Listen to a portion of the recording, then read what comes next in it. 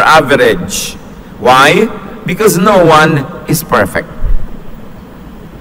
Kahit ang mga genuine prophets sa Biblia, kahit sila Pedro ng mga disipulo at mga apostoles, ay nagkakaroon ng mga mali, mga hindi tamang mga katuruan.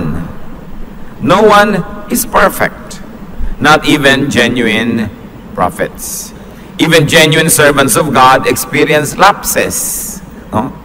Even fakes could have impressive records. Kaya, hindi mo napakaganda ng ugali, napakaganda ng ayos, napakaganda ng pamumuhay ng isang mangangaral. Masasabi mong, totoo na nga. Kasi ang dapat mo naman ngayong suriin ay yung laman, yung content ng kanyang mga katuruan. James 3:2, all of us do many wrong things. So, nagkakaroon ng mga pagkakamali ang mga taong makadiyos sapagkat hindi sila perfect. So yan po ang una nating pamantayan, how not to know fakes, not by personal moral victories. Because no one does right all the time.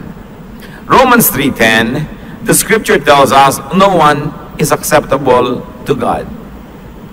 And Romans 3:12, they have all turned away and are worthless. There isn't one person who does right. Wala daw tao na laging tama ang kanyang ginagawa, kahit pa nga siya ay makadiyos. So we do not seek perfection even from genuine servants of God, because that is oppressive. Para hanapin natin yung perfection sa atin at sa ating kapwa ay napakabigat na pasanin yan, because no one is perfect. All fall short of God's standards. I have been reading and will continue to read from the Contemporary English Version. Romans 3:23, all of us have sinned and fall short of the glory of God. We all know that the flesh is weak. In Mark 14:38 says, you want to do what is right, but you are weak. May mga kasabihan po ang mga Arabs, even a good horse must be allowed at least one fall. Kaya, hindi pwedeng asahan ng 100% correctness from anyone even though he might be genuine. So hindi natin susukatin sa moral performance, bagamat yung batting average dapat ng genuine prophets and teachers ay mataas. Pero hindi natin paghahanapan ng perfection. How else not to know and test fakes? Not by usual religious standards. Kung lagi nating i-apply yung usual, accepted, legalized, formalized religious standards, maraming totoong mga lingkod ng Diyos hindi papasa. Si John the Baptist nga nun, hindi pumasa. Ang Panginoong Jesus hindi pumasa sa mga religious standards ng kanyang panahon. Because some standards are man-made. Subukan nyo lamang mag-Bible study, lalo na maging Bible study leader. Pag may mga kamag-anak kayo, kasambahay ng mga kontrabida, medyo magkamali ka, yan ba? Yan ba ang born again? Yan ba ang Christian? Ano kasi, mali ang standard na ina-apply lang. Sabi, oo nga, ako nga. Kahit sinabunutan kita kanina, talagang Christian ako, nawala lang ako sa sarili. No? Kasi hindi po pwedeng asahan na yung Christian ay perfect lagi. At yan lagi ang mga pang-blackmail ng mga kontrabida sa mga biblical Christians. Lagi, yan ba? Ganyan ba? Deaconess ka pa naman? Anong ina-expect mo sa akin? Maging perfect? So, hindi tama yung standard na yun. Yung usual religious standards. Mark 7:7, the Lord speaks, you teach rules made up by humans. Alam nyo kung sinong nakakausap niya rito? The religious establishment. Religious leaders, religious people. Mark 7:8, you disobey God's commands in order to obey what humans have taught.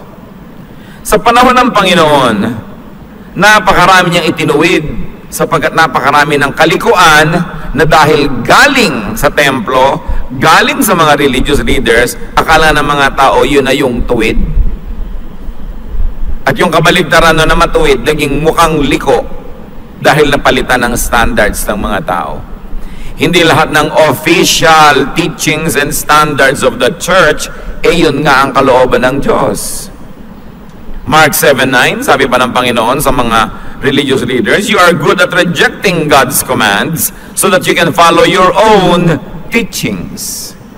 Ang mga relihiyon, bagamat hindi naman matatawag na fake o demonic, at talagang Diyos din ang sinasamba, pero dahil pinapaandar ng mga tao, at dahil may mga kakompetensyang ibang relihiyon o sekta, at dahil may mga pangangailangan, madalas umiimbento yan ng mga katuruan para itaas ang sarili at ibaba ang iba, para ang mga tao'y utuin at ipasuka at pigain sa kanila ang lahat ng pwede nilang i-donate, pigain sa kanila lahat ng mga pagdurusa at pagsasakripisyo para sa ikabe-benefit ng institusyon. Maraming ginagawang ganyan ng relihiyon.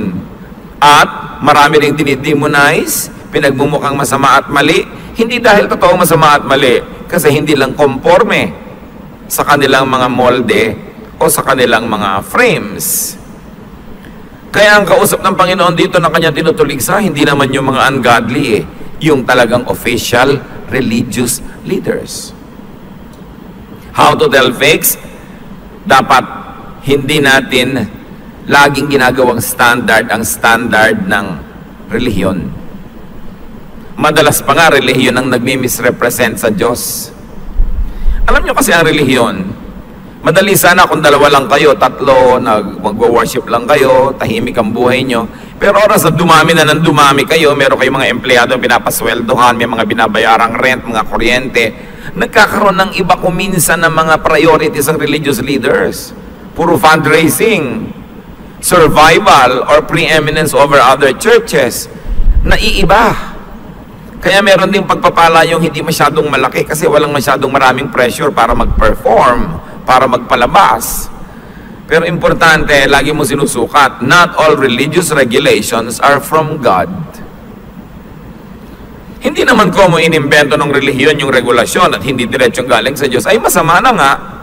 Kuminsan ginagawa nila yon to survive, to be organized, o para bigyan ng kaayusan ng mga bagay-bagay. Nakakatulong, pero hindi dapat sambahin yung mga regulasyon na yon, and definitely not to die or kill for.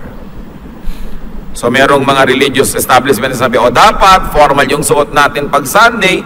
Hindi naman yun masama, maganda namang observe, pero hindi mo naman dapat gawing poon yung regulasyon na pagka hindi na maganda yung damit ng tao, hindi mo natatanggapin o mamaliitin mo na, para lang hindi maging issue, para lang mas maayos at hindi ka na mapansin negatively, edi conform ka na lang.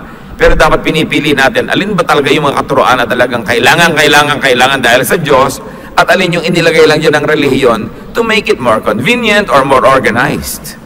Magkaiba ang bigat ng mga regulasyones na yon.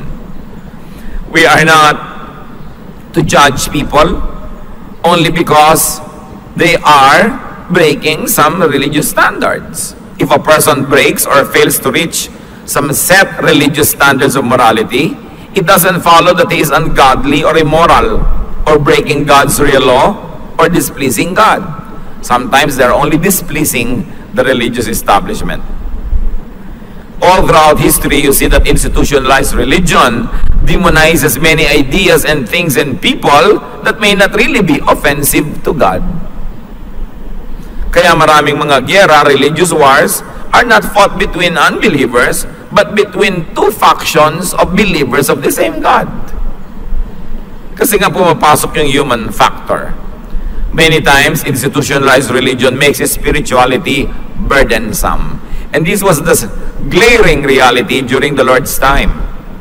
That's why the most acidic and painful words of the Lord were addressed to religious leaders. Acts 15:10 and 19. Now why are you trying to make God angry by placing a heavy burden on His followers? The burden is too heavy for us or our ancestors. And so my friends, I don't think we should place burdens on the Gentiles who are turning to God.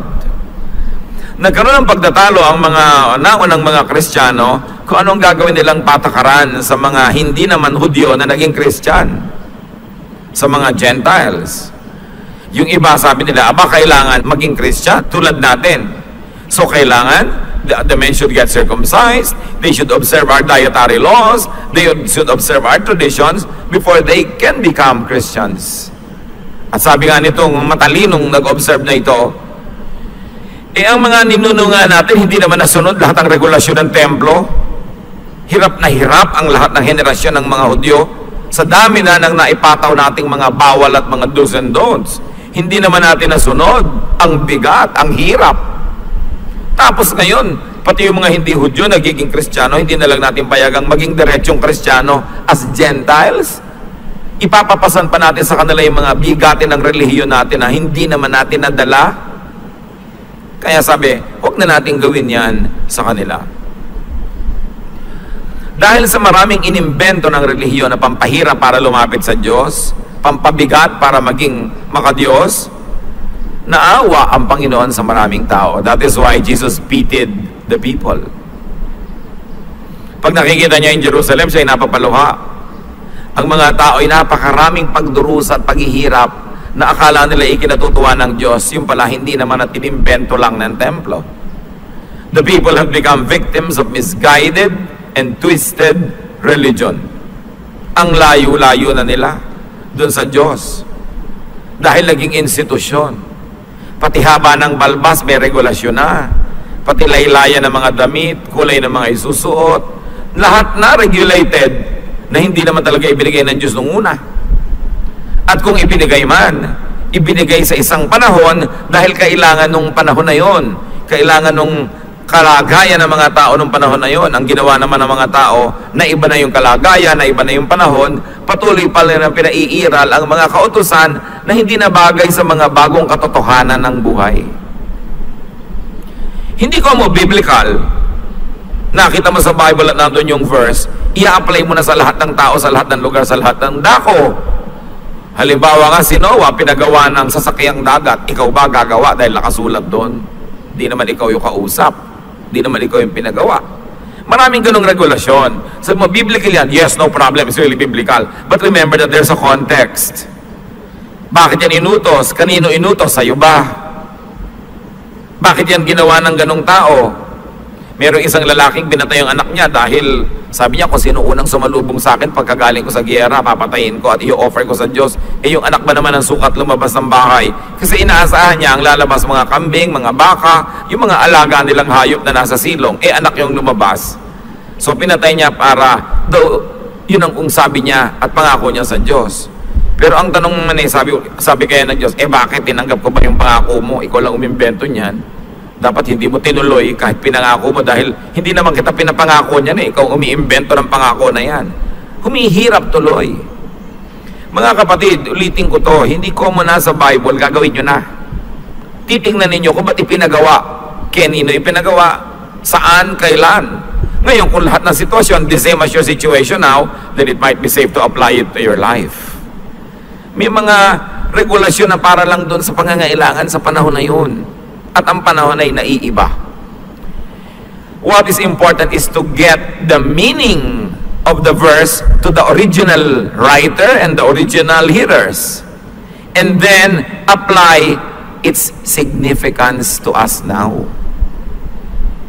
Ano ba yung kahulugan niyan doon sa unang nakarinig at tinuruan? Ngayon, iba na ang kahulugan niyan sa akin ngayon. Na iba na ang panahon. Ang i-apply ko na ngayon, hindi laging yung kahulugan, kundi yung kahalagahan nun. Yung significance. Matthew 11:28-30. Ang sabi tuloy ng Panginoon sa mga taong naghahanap sa Diyos, if you are tired from carrying heavy burdens, come to me and I'll give you rest. Read between the lines. Kung sobra na kayo pinapahirapan ng templo, huwag kayo doon pupunta kayo dito sa akin. Sobra na kayo pinapahirapan ng relihiyon, take the yoke I give you, put it on your shoulders and learn from me. I am gentle and humble, and you will find rest. This yoke is easy to bear, and this burden is light. So paano mo malalaman kung fake ang katuruan? Mahirap. Meron din totoong katuruan na mahirap sundin. Pero merong hirap na hindi naman kailangan. Halimbawa, kailangan pahabain mo yung buhok mo ng 3 metro. Ano naman ang kinalaman ng dami ng kuto mo sa iyong pagiging relihiyoso? Kailangan ganito kahaba yung baro mo. Kung wala ka nang kadamit-damit, wala ka nang maisuot, hirap na hirap ka nang sumunod doon. Yung hirap na di naman kailangan, malalaman mo, teka, magsususpecha ako, parang fake naman yata ito. Yung mga hirap na namamatay ka na at kailangan mo na ng transfusion ng dugo, ay tumatanggi ka dahil sabi ng relihiyon. At marami nang namatay. Pero bakit ko kailangan gawin yan? Meron namang technology, meron namang pwedeng ganito. Yung mga hirap na kailangan papagisingin ka lagi ng 1:30 in the morning para manalangin. Bakit naman aabalahin ang tulog ko? Hindi ba pwedeng 7? Tulog na ba Diyos pag 7? O gising din? Gising din. Ba't kailangan ko magpuyat? Ngayon kung bagay sa body clock nyo yung puyat at manalangin, edi okay. So mga hirap na hindi kailangan. Sabi ni Lord, kawawa naman kayo, ang daming pahirap sa inyo ng reliyon. Kung sawa na kayo dyan, alam nyo, go back to the simple teachings of God that I represent. Padaliin natin ang buhay. Sabi niya, my yoke is easy, my burden is light. So how to tell a fake teaching? It oppresses you needlessly. Sabi nga ni Lord, aba, kahit Sabat, kung nakakabuti sa iyo na may gawin ka, gawin mo yun. Kasi binigay naman ng Diyos ang Sabat para sa ikabubuti ng tao. The Lord says, Sabbath was made for man, not man for the Sabbath. Kaya nagbigay ang Diyos ng kautusan na walang magtatrabaho sa Sabbath. Ang kausap nun, yung mga amo, yung mga masters. Kasi yung mga amo, pinagtatrabaho yung mga tao 7 days a week. So nag-utos siya. Pero kung ikaw na mismo itong empleyado, gusto mo pa magtrabaho, ginaganahan ka, nasa sayo na yun. Pero ang mahalaga, para sa iyo rin, magpahinga ka dahil mahal ka ng Diyos. Pero hindi yung namamatay na yung nanay mo, ayaw mong buhatin dahil Sabbath. Kailangang gamitin mo yung kukote mo. Yun ang mga kapatid ang gusto ko idiin, ha? Yung hirap na di naman kailangan, tapos mo kasi sabi ng relihiyon o sabi ng Diyos, mag-isip-isip ka, baka relihiyon lang may sabi nun. Ang Panginoon nga, sa pamantayan ng relihiyon ng araw, bagsak. Jesus was even labeled by the religious establishment as drunkard, glutton, and a friend of sinners. Lasenggo daw, masiba, matakaw, at kaibigan pa ng mga makasalanan. At syempre, yung mga religious leaders ang good guys. Luke 7:34, but because the Son of Man goes around eating and drinking, you say Jesus eats and drinks too much. He is even a friend of tax collectors and sinners. You see, even the Lord doesn't fit the religious mold of his time.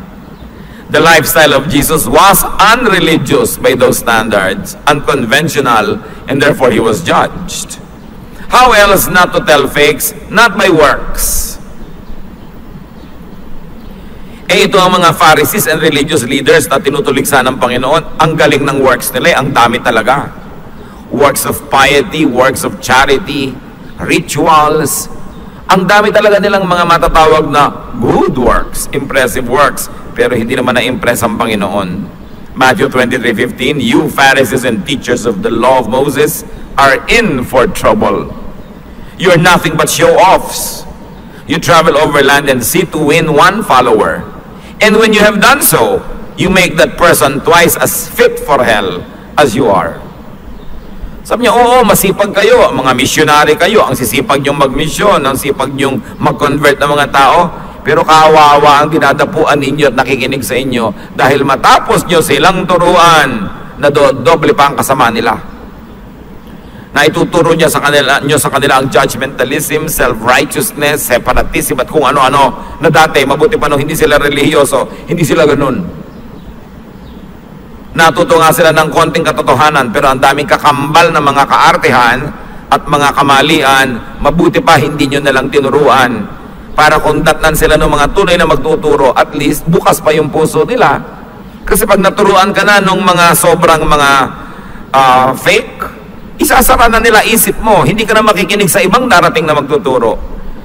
Sasabihin nilang sila na lang yung tama at wala ng iba, nagsara ka na, mabuti pa hindi ka na lang nagbukas sa kanila dahil nanatili ka pang bukas. Dahil kung dinatnang ka pa nung mas tama, at least willing ka pang makinig. Kawawa ang biktima ng masisipag na missionary, tapos ang itinuturo lang naman yung ganong mga bagay. So not by precedent, not by set standards. The Lord's teaching was unlike the prevalent religious thought. Matthew 7:28-29. When Jesus finished speaking, the crowds were surprised at his teaching. He taught them like someone with authority and not like their teachers of the law of Moses. Tingnan nyo mga kapatid, ang turo ng Panginoon sobrang nakatawag ng pansin dahil ibang-iba sa katuruan ng official religion. There's one way to tell a fake teaching. It is not original. It is just a rehash, just a reshaping of old teachings.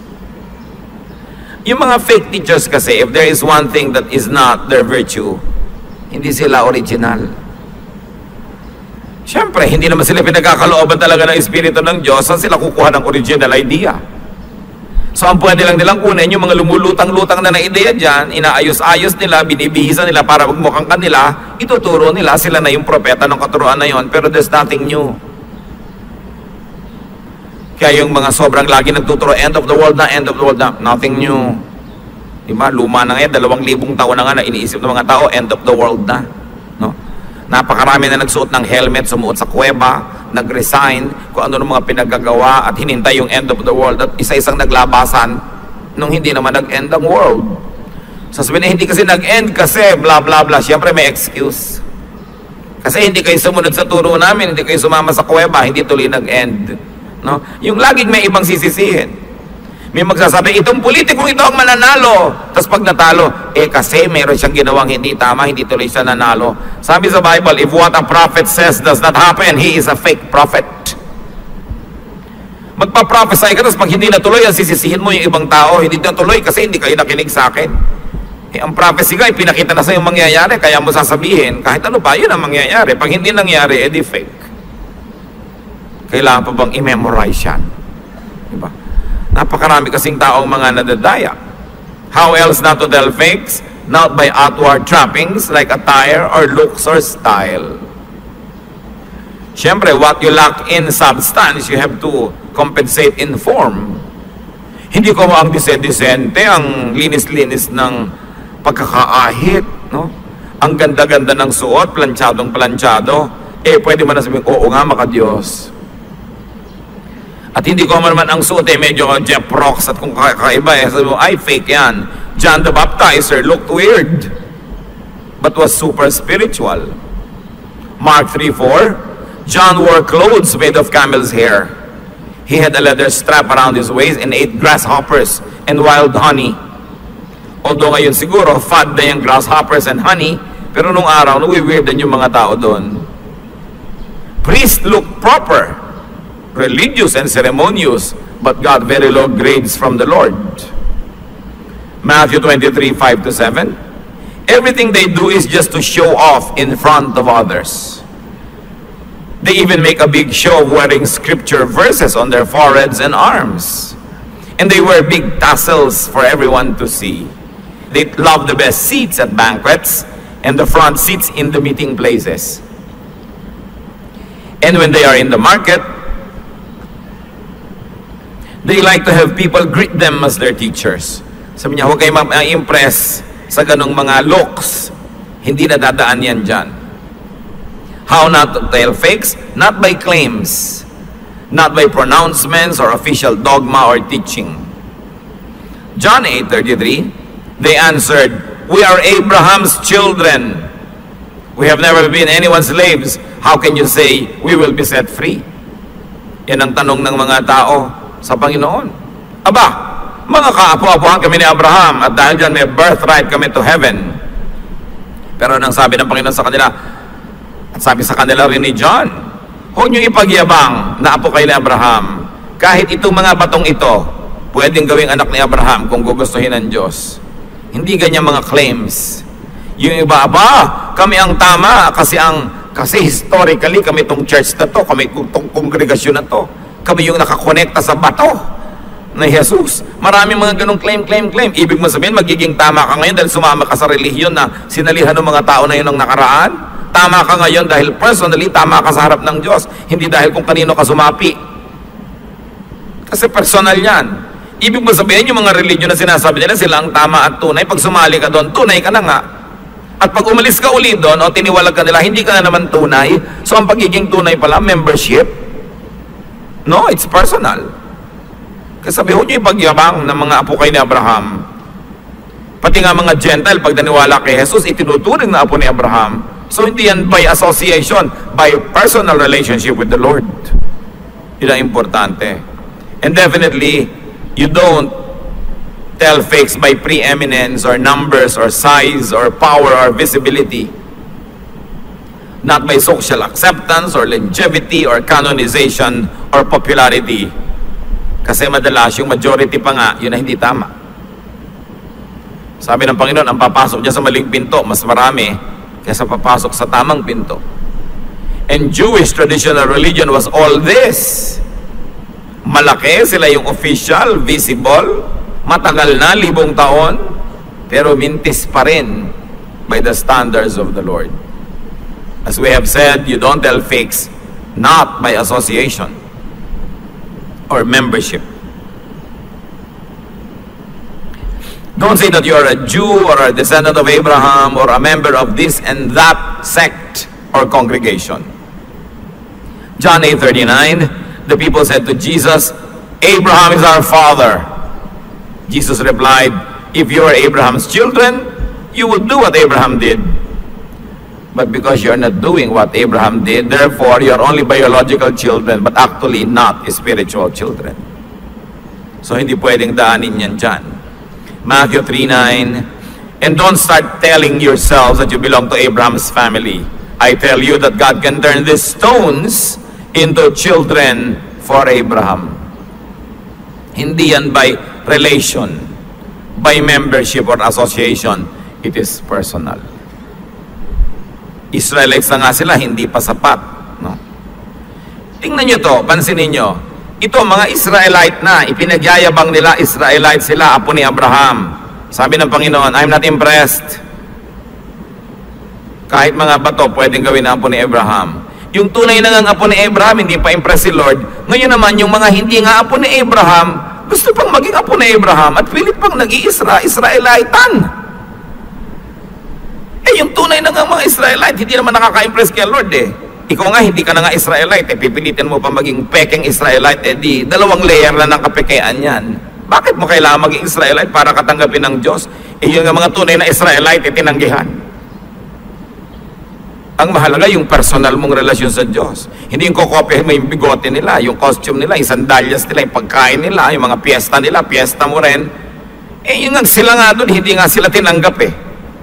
At sila nga mismo hindi tumanggap. Ba't yung pa ang kukopyahin mo? Wala ka ba talaga magawa sa buhay?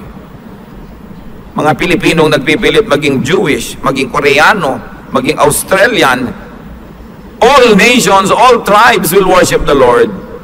At sa pagdating ng panahon, sabi sa Revelation, all the nations will gather before the Lord. So may national identity. Kasi ikaw litong-lito. Hindi mo malaman kung saan kasasaling nation. Kailangan malinaw sa'yo yan. Now, how do you tell fake prophets? At bago natin tutuloy, gusto ko magbigay ng isang napakahalagang babala. Ang personal ko pong paniniwala mga kapatid, napakakonti ng talagang fake prophets. Yung genuinely fake, konti lang.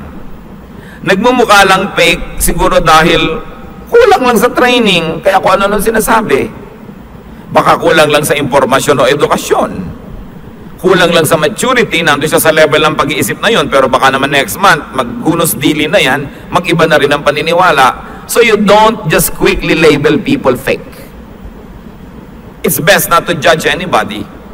Pero dapat mo rin pag-aralan para maging maingat ka kung kailangan mag-ingat. But don't judge.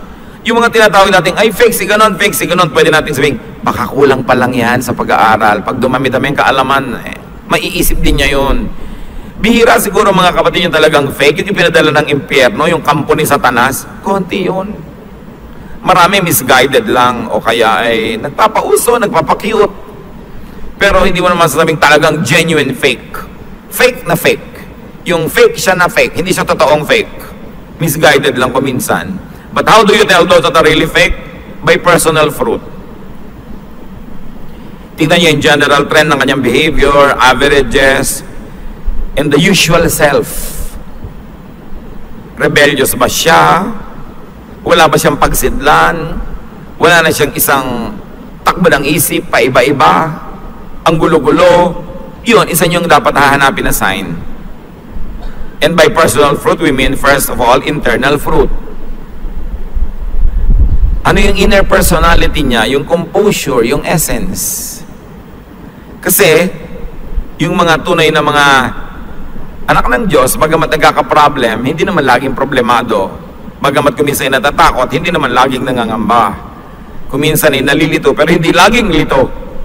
Galatians 5:22-23, God's Spirit makes us loving, happy, peaceful, patient, kind, good, faithful, gentle, and self-controlled. So hahanapin natin ito. Hindi ko mo nakita nyo, genuine na. Pero pag wala yung mga ito, malamang hindi genuine. Matthew 7:20, you can tell who the false prophets are by their deeds. Not by their teachings. It is easy to parrot a good line, but by their deeds. Not by one deed or two deeds, but a general average of an entire long period. Kasi nga, di ba, kahit naman genuine, nagkakamali rin. Hindi ko man nagkamali siya kahapon, fake pala siya. Titingnan nyo yung batting average. In other words, look at the character. Hindi ko mo maganda ang character, genuine na. Pero pag hindi genuine, usually hindi maganda yung character. So, tinitingnan mo yun. Look for the fruit of the Spirit. And take a look at the attitude. Not external output, not works. Because even fake prophets and fake religions have very great output. Magaganda rin ang kanilang mga charities, magaganda rin ang kanilang mga activities. Mas maganda pa nga kumisan kaysa doon sa mga tunay na anak ng Diyos. Hindi yun ang pamantayan. Kasi kahit fake, pwedeng mamunga ng marami outwardly. At ngayon, pagka totoo, hanapin nyo, totoo ka pala, dapat namumunga. Hindi naman dahil lang hindi namunga last time, hindi mo nasasabihin fake. O sasabihin mo na fake siya. Kasi tulad ng tunay na halaman, may panapanahon din, may season na maraming bunga yung lansones mo, may season na hindi masyadong marami. Pero titingnan mo yung mahabang panahon, ano yung average? Kasi pag talagang galing sa Diyos, mamumunga at mamumunga. Imposibleng hindi. Sabi ni Lord, you will know them by their fruit. It can be an internal fruit, it can be an external fruit.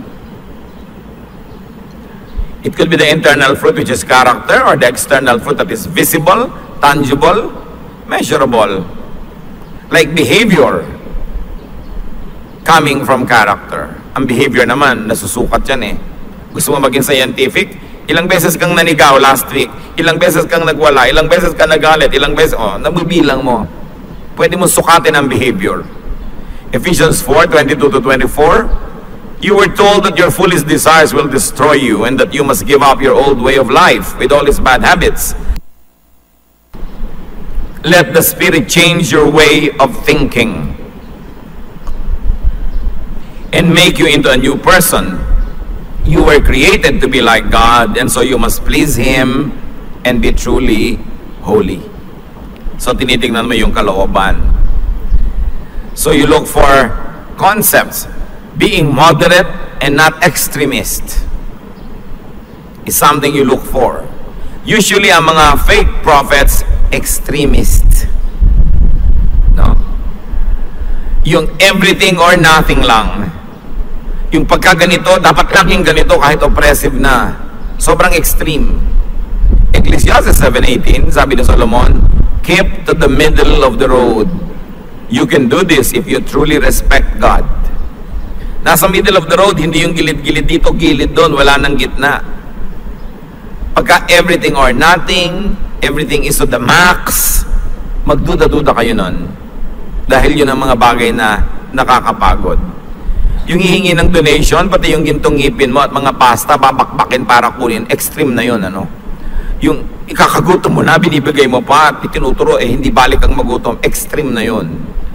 Yung mga ayaw ka ng pagtrabahuhin, ayaw ka ng pag-overtimein dahil puro paglilingkod sa Diyos, extreme na yon. Kailangan mo namang mabuhay, kailangan mo maghanap buhay.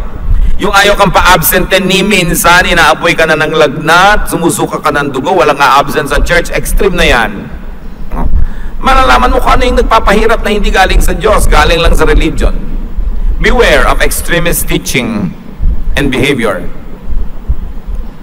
So you look at being tolerant, not dogmatic. ang tunay na makadiyos, bagamat may matibay na pananalig, tolerant of others. Hindi dogmatic. Bagamat paniwalang-paniwala ka sa pinapaniwalaan mo, pero hindi mo man binabaliwala at niyuyurakan yung paniniwala ng iba. Bakit natin sinasabi yan? Yan ang example ng Panginoon eh. Ang mga Panginoon at kanyang mga disciples nagturo sa isang village, hindi sila pinakinggan. Alam mo, sabi ng kanyang mga dogmatic disciples, Lord, magpapaulan na po ba kami ng apoy sa barangay 54? Dahil hindi tayo pinakinggan. Sabi ni Lord, oy, relax lang kayo. Pumunta na lang tayo sa barangay 55. May makikinig doon. No?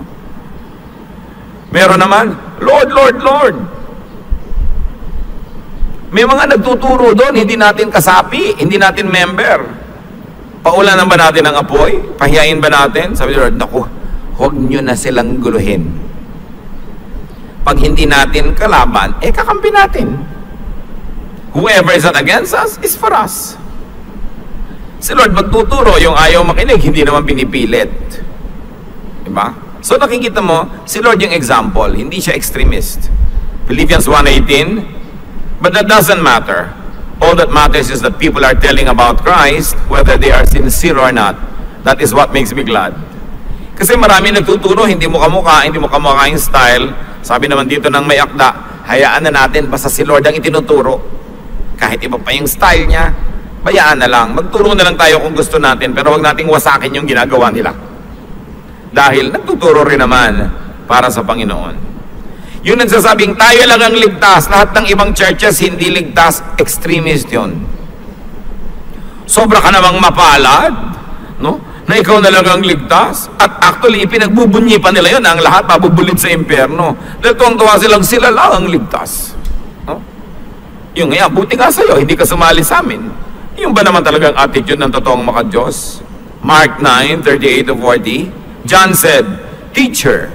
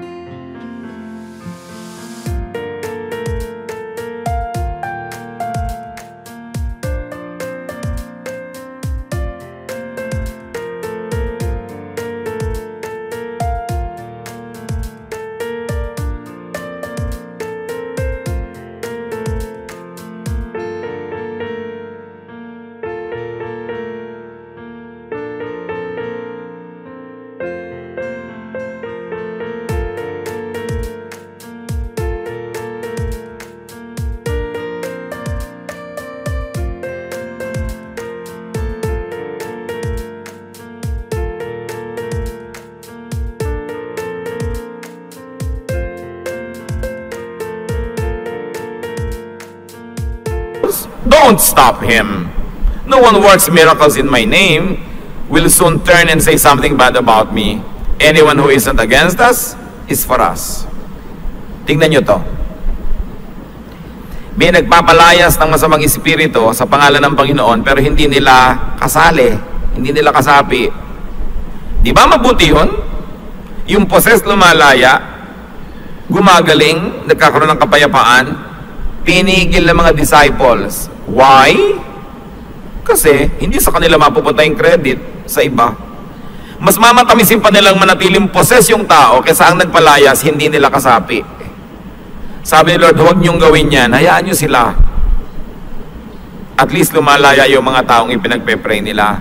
Alam niyo, pagka sobrang congregationalist, sobrang church lang namin, kaduda-duda na yun. Ito na yun, yung mga disciples na to. Although yung mga disciples, remember, hindi sila fake ha, totoo sila. Yan ang sinasabi ko. Hindi ko may ginawang, hindi ka tanggap-tanggap, may ginawang mali, sasabihin mo na fake. Misguided lang, kulang pa lang sa turo. Hindi pa lang mature. Magmamature din. Pero dapat nagmamature naman. A genuine prophet is not oppressed and is not oppressive. Not vexed and not vexing. Yung genuine prophet, nakaka-relax ka na nandyan siya, hindi yung tense na tense ka dahil baka ka magkamali, patamaan ka ng kidlat. Bakit tinawag si Jesus na friend of sinners? At ease ang mga sinners sa kanya. Hindi dahil konsentidor siya, kundi dahil minamahal at tinatanggap niya kahit ganun ang kalagayan. Ngayon, yung mga extremist, pati mga pinsan, mga kamag-anak, pinapakialaman. Na born again lang kahapon, pumunta sa isang party, lahat ng naninigarilyo, inagawan ng sigarilyo, masama yan. Di ba? Na born again lang last week, merong binyaga na pinuntahan ng kamag-anak, pinapatigil lahat ang umiinom ng beer. Di huwag kang uminom kung ayaw mo. Anong pake mo doon sa gusto uminom? Hindi ipakita mo ang iyong magandang halimbawa. Kung tinanong ka, magsalita ka. Kung may magandang chance, magturo ka. Pero hindi yung judge mo sila, oh, that's evil, that's wrong. Kaya maraming born again Christian, walang madalawang tao sa Panginoon kasi nakakayamot. No? They are on fire with the Lord, but they burn everyone near them. Di on fire ka lang. Tingnan mo lang, kasi your testimony will always show a city set on a hill cannot be hidden. Kung talagang light of the world ka, makikita ka kahit hindi ka maglagab-lab at manunog ng mga katabi mo. Importante yung hindi ka nakaka-oppress kasama. Masarap kang kasama at magaan kahit meron kang firm religious convictions, but you keep it to yourself and don't impose it on others.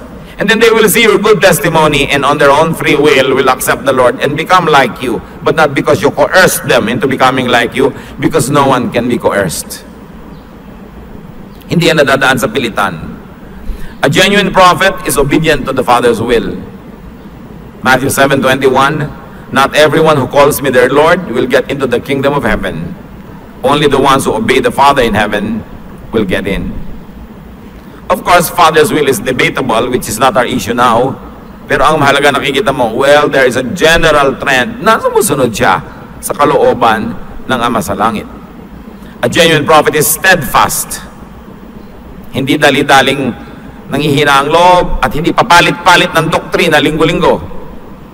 Matthew 10:22, but if you remain faithful until the end, you will be saved. Although this quality is not unique to genuine children of God, because even those who are not can have these qualities also. How to tell fake prophets? By composition.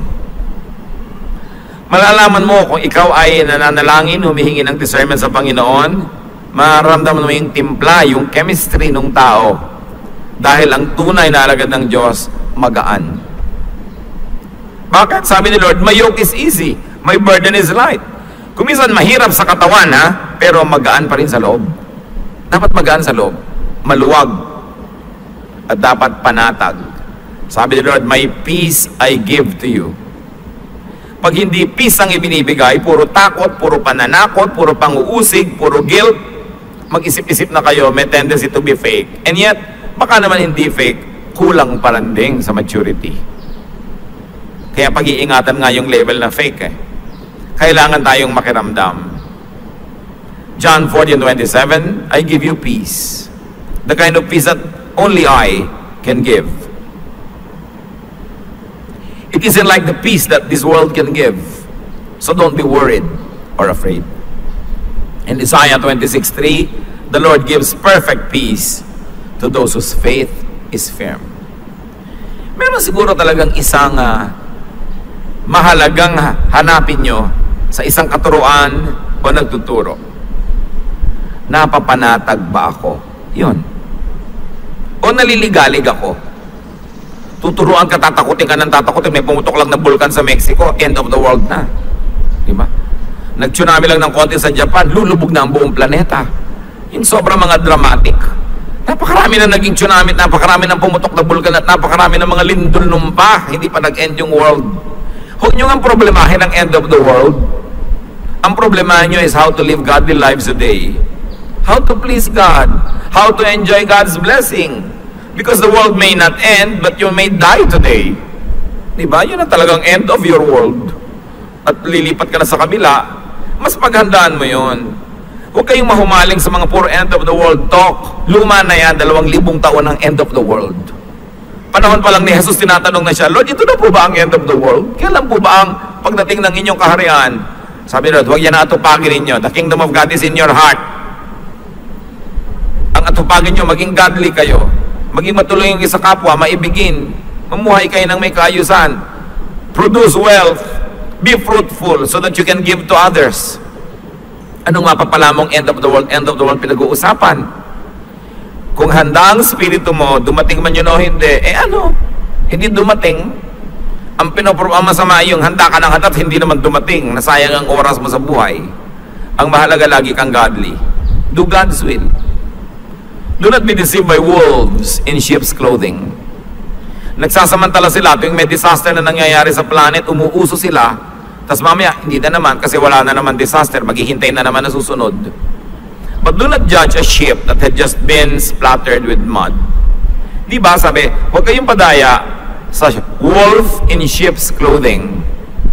Pero huwag din kayong mag-judge ng sheep na nadumihan lang pala dahil natumba kanina, natalsikan ng putik, bumango naman. Alam niyo yung mga tupa, hindi sila perfectly clean.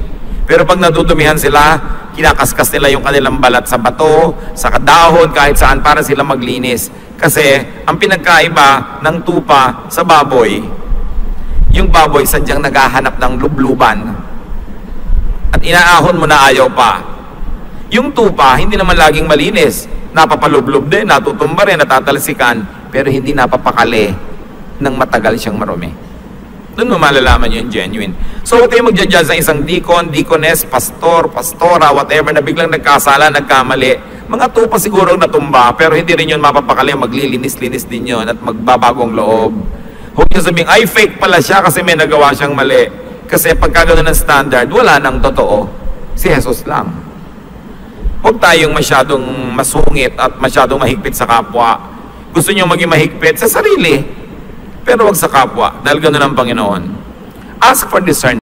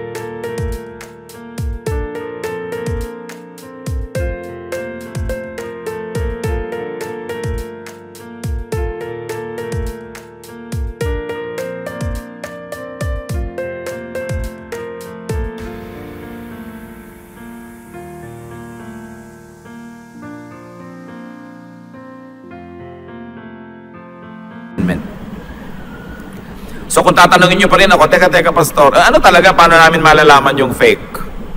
Hindi ko pa rin sinabi, di ba? Isipin nyo. Kasi walang pwede sabihin, ito. Kailangan nag-iisip ka, tinutulungan ka ng Espiritong Banal. Pero dinagdagan lang natin yung ating equipping para mas mag-guide naman tayo kung paano mas magiging maingat sa pagle-label ng mga tao kung fake or not.